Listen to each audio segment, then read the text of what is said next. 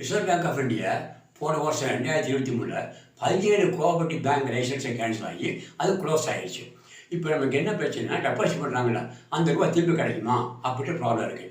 இப்போ என்ன reserve bank of India deposit insurance and credit guarantee corporation அப்படின்னு ஒரு ஆர்கனைசேஷன் ஒரு டிவிஷன் வச்சுருக்காங்க. அது வந்து 1961 ஆக்ட் பாஸ் பண்ணி 1978 அந்த இருக்குது.